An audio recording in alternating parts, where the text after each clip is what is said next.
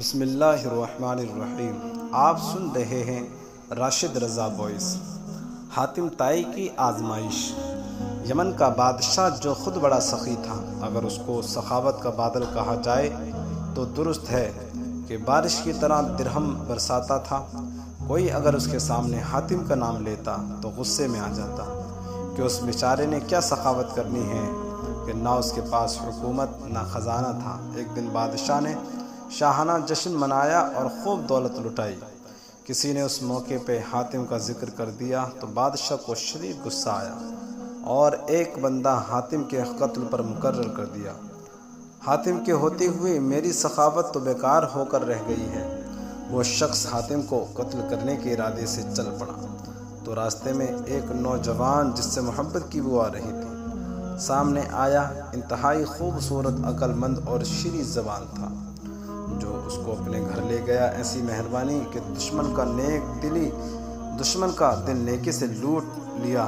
صبح کو جب یہ جانے لگا تو جوان نے ایک رات اور ٹھہرنے کی درخواست کی۔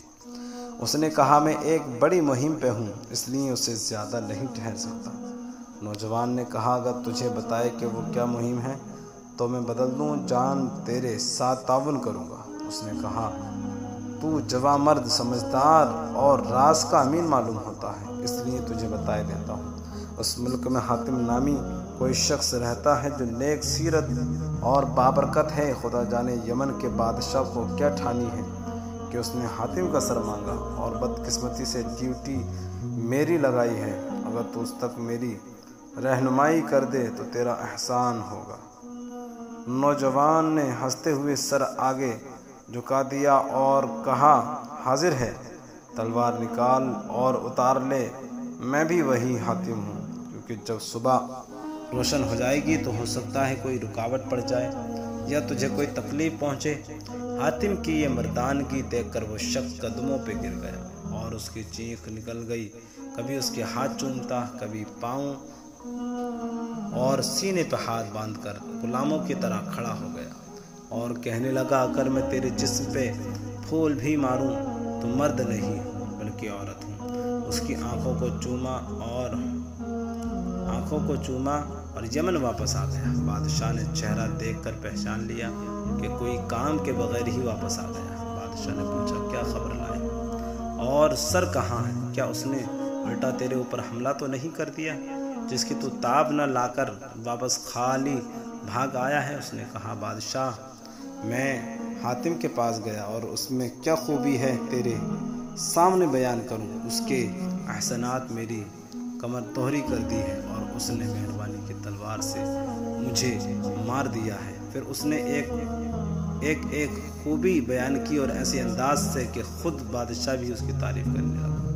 بادشاہ نے بہت کچھ خرچ کیا اور حاتم کی سخاوت کا اعتراف کرتے ہوئے کہا اگر لوگ اس کی تعریف کرتے ہیں تو وہ اس کا حقدار ہے۔ مہمان کی دلجوئی کے لیے اگر جان سے بھی گرنا پڑے تو اس میں بس وہ نہیں کرنی چاہیے۔ آج حاتم طائی کا نام کیوں روشن ہے؟ صرف انہی خوبیوں کی وجہ سے۔ کسی نے امام حسن یا حضرت علی مرتضیٰ کرم اللہ وجہ الکریم رضی اللہ عنہما سے پوچھا کہ حاتم طائی تو اتنا سخی تھا کہ اس کے محل کے 10 دروازے تھے، کوئی سوالی بار بار 10 دروازوں سے آتا تو حاتم ہر بار دیتا اور یہ نہ کہتا کہ تو پہلے بھی لے کر گیا ہے۔ کیا حضور صلی اللہ علیہ وسلم کی سخاوت کوئی ایسا واقعہ ہے؟ آپ نے فرمایا وہ ایک سوالی کو 10 بار دیتا پھرتا ہے پھر بھی اس کا دامن نہ بھرتا، تبھی تو بار بار آتا